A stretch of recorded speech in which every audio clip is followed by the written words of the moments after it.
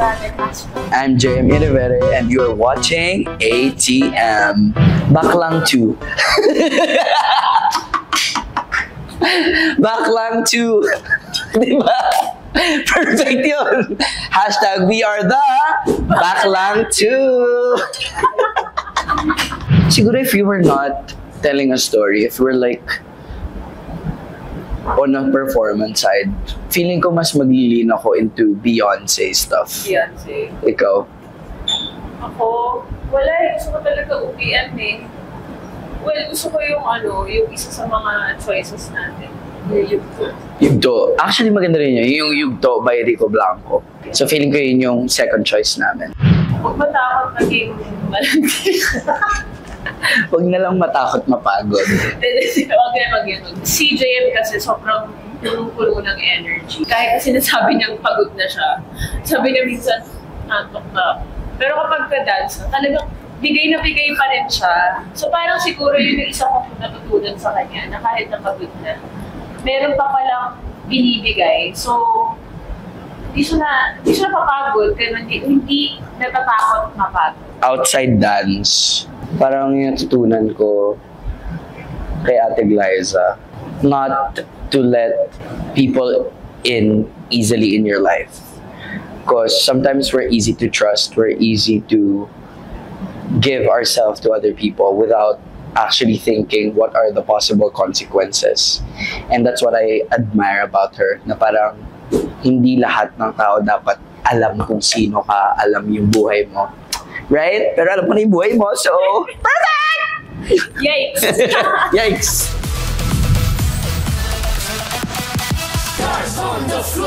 Ako kay Patrick, gusto ko yung movie. Yung sa susunod na habang buhay. Yung choreographed by Coach Angel. Ako gusto ko yung dance. Yung manok. Oo, yung manok. Teya po tayo. Ay, gusto ko yung niya, yung Brazil. Ako din eh. With Josh. Sobrang powerful and iba yung aura ni Thea dun sa prod na yun. Sobrang saya.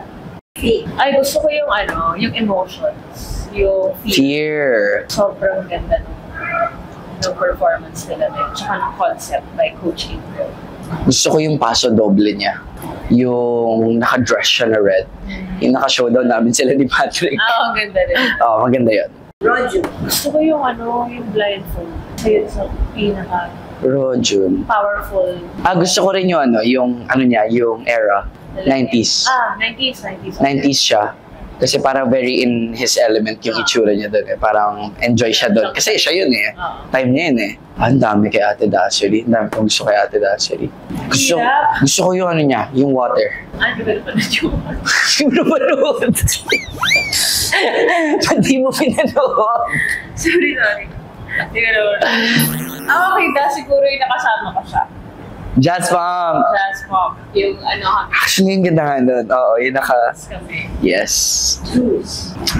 Yung din, yung nag-doggy sila ng fake. Ako yung yung fire nyo. Fire? Episode 1. Episode 1. Kakay. Ay, ako gusto ko yung episode 4. With you. Yung dance of nuns. Yun yung favorite ko. Bakit naman yun? Sige. Yung episode 4. Coming from you next. Love. Medyo na, alleviate yung feelings ko nun.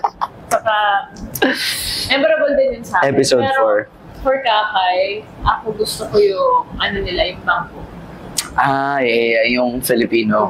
Yung folk dance. Performance si JM. Lahat. Parang lahat ng memorable ko parang nasa iyo eh. Yung floor dance. Yung aswang. Yung fep. Yung Heels. Yeah. Favorite ko sa iyo is yung Abracadabra. Very iconic. Yung aswang. Iconic. Very, very much. And then, yung last ko is yung era natin dalawa. Yes. Yung 80s. Yes. Huling banat! Para kay Glyza and JM. Yes, grand finale na po ng Stars on the Floor. Wag na wag niyo pong kakalimutan Hanggang dulo to, guys. Ilalaban namin hanggang sa tuktok. Chak, chak. Talk, talk. Oh, follow us on our social media. Mine is at JM Riveri on Instagram and at JM_Riveri on TikTok. Ako at Liza Redux on Instagram. Sa TikTok ba? Hanapin nyo na lang. Basta XX. Search nyo na lang sa TikTok. Glyza, pababa ng pababa.